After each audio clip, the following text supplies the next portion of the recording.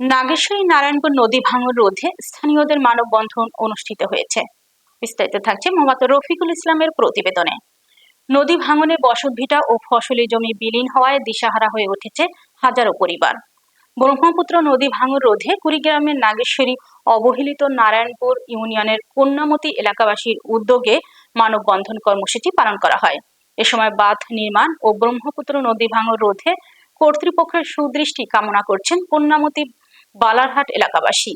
এ সময় বক্তব্য রাখেন সাবেক UP chairman Mujibur Rahman, school শিক্ষক মুশিয়ার রহমান, সমাজসেবক বেলাল হোসেন খন্দকার সহ স্থানীয়রা।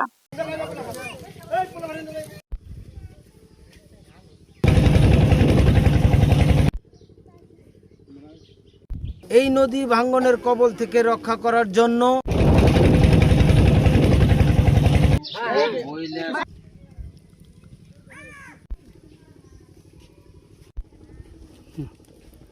দেখেন দীর্ঘ কয়েকটি বছর